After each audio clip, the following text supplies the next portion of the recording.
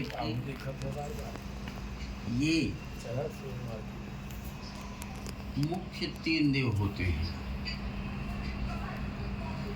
इन्हीं तीनों देवों के अंतर्गत सारे नवग्रह भी प्रभावित होते हैं। चाहे सूर्य हो, चाहे चंद्रमा हो, चाहे मंगल हो, चाहे बुध हो, चाहे बृहस्पति हो, और चाहे शुक्र हो, चाहे शनि हो, और चाहे राहु हो, चाहे केतु हो। और इन्हीं तीनों की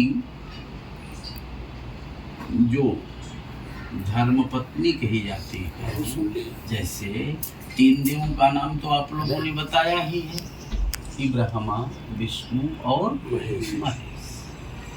इन्हीं तीनों देवताओं की पत्नी का नाम, ब्रह्मा की पत्नी सरस्वती, हाँ, और विष्णु की पत्नी लक्ष्मी, और शिव की पत्नी पार्वती। अब रही बात ये, 3 देवों का नाम अगर कोई आपसे पूछता है तो आप यही बताते हो कि ब्रह्मा, विष्णु और महेश। लेकिन 3 देवियों का नाम अगर पूछा जाता है तो आप लोग बताते हो, या शास्त्र प्रमाण देता है क्या, कि महाकाली, महालक्ष्मी और सरस्वती। तो ऐसा उल्टा क्यों? त्रिदेवों में तो ब्रह्मा, विष्णु, महेश,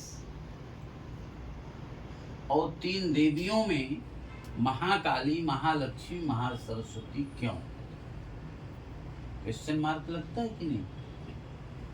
तो एक बार देवासुर संग्राम जब हुआ तो देवासुर संग्राम में सारे देवता असफल हो गए। इससे देवताओं के दैत्यों से युद्ध किए सब फेल हो गए। जैसे अब यहाँ पर हम 5 लोग हैं, आप 4 लोग हैं, 9 लोग हैं ना। 9 में अगर कोई भी व्यक्ति नहीं बोलेगा तो निश्चित है 10-20 मिनट बाद आप लोग बोलोगे कि महाराज आप लोग बोल क्यों नहीं रहे हो, या जप रहे हो। जैसे इतने लोग जप कर रहे हैं ना, तो इनको न बोलने का स्वभाव ही नहीं, न बोलने का, बोलेंगे नहीं ये लोग, क्योंकि जप कर रहे हैं। और जो जप नहीं कर रहा है तो उसको तो बोलना ही है। तो उसी प्रकार से जब कोई देवता सब फेल हो गए तो शंकर जी ने कहा कि देखिए अब देवों की हो गई, अब आप लोगों को अगर कष्ट की निवृत्ति पाना है तो शक्ति की आराधना करिए, शक्ति की आराधना करिए। तो सारे देवता मिल करके शक्ति की आराधना करने, उस शक्ति की आराधना से सबसे पहली देवी कौन प्रकट हुई जानते हैं? काली जी। अब काली जी प्रकट हुई, जैसे हम आपको बुलाएंगे कि जितेंद्र जी इधर आओ, तो आप मेरे सामने मेरे आसपास आकर के खड़े रहोगे ना। अगर आपसे हम ये कहेंगे, कुछ बोलेंगे नहीं, तो आप हमसे कहेंगे कि गुरु जी आपने क्यों बुलाया, कहेंगे कि नहीं कहेंगे? तो जब काली जी प्रकट हो गई तो भक्तों से पूछी कि आप लोगों ने मुझे क्यों याद किया। सारे भक्त ये कहे कि राक्षसों ने हम लोगों की सारी संपत्ति छीन ली है,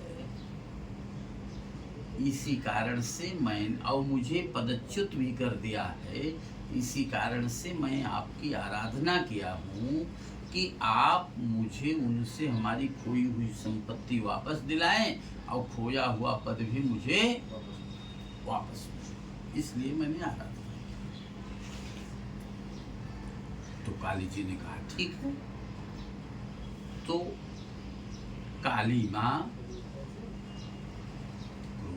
तो थी, सारे राक्षसों को धीरे धीरे एक एक करके समाप्त हो गया। लेकिन उन काली माँ का क्रोध शांत नहीं हो रहा था। देवताओं को भय लगने लगा कि कहीं काली माँ का क्रोध देवताओं के लिए भी हानिकारक न हो। तो देवताओं ने शंकर जी से प्रार्थना किया कि कृपा करके आप कोई उपाय करिए। तो शंकर जी अपना छोटा सा रूप धारण करके, बाल रूप धारण करके, जिस रास्ते से माँ काली गुजर रही थी उसी रास्ते पर गई और उसी रास्ते पर जा करके काली के रास्ते पर जमीन पर ही शंकर जी लेट गए बाल रूप में। क्रोध में कभी भी व्यक्ति का निगाह नीचे नहीं देखता है, ऊपर ही चलता है। काली माँ ऊपर ही करके इधर उधर करते हुए से जा रही थी और काली माँ का पैर रास्ते में लेटे हुए बाल रूप शिव जी के ऊपर पड़ गया। अब जब शिव जी के ऊपर पड़ गया तो कुछ गुदगुदाहट समझ में आई माँ काली को। नीचे देखती है तो शंकर जी का स्वरूप दिखाई दिया। तो शास्त्रों में ये लिखा है कि पत्नी यदि अपनी सज्ञानावस्था में पति को पैर से स्पर्श करती है तो उसे कई वर्ष नरक भोगना पड़ता है। जैसे हम आप कोई गलती काम करते हैं तो चक चक करते हैं कि नहीं करते हैं? चक चक करके अपने जीभ को दांत से दबा लेते हैं कि नहीं, या राम राम कर लेते हैं कि गलती हो गई, करते हैं ना। ये प्रायश्चित के लिए करते हैं।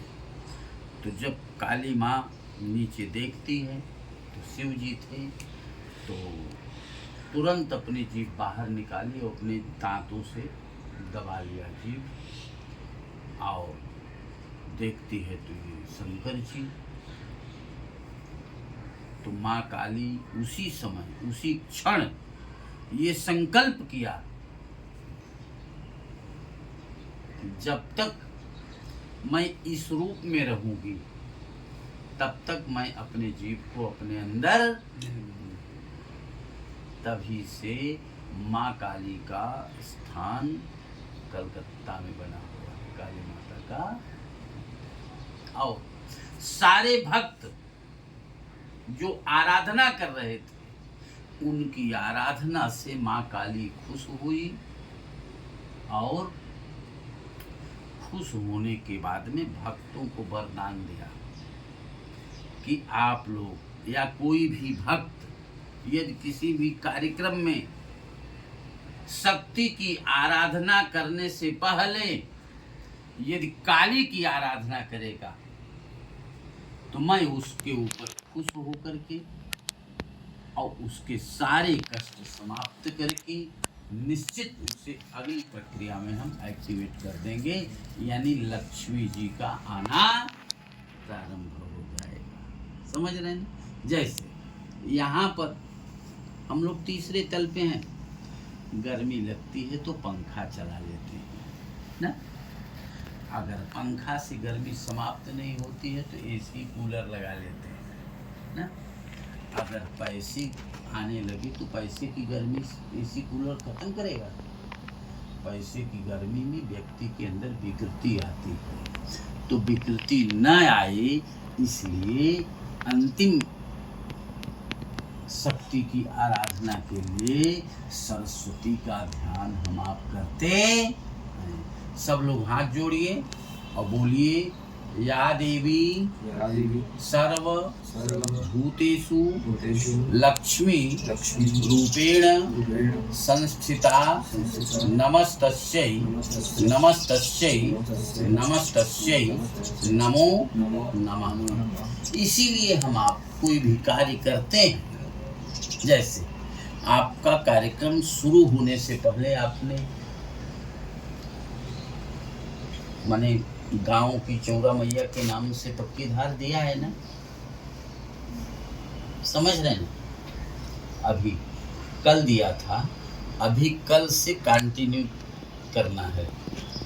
कल से 2 दिन और देना है, माने 3 प्रक्रिया, 3 बार धार देने की प्रक्रिया को एक्टिवेट करेंगे, क्योंकि 3 ही देवी कही गई। बोलिए अम्बे मातु की।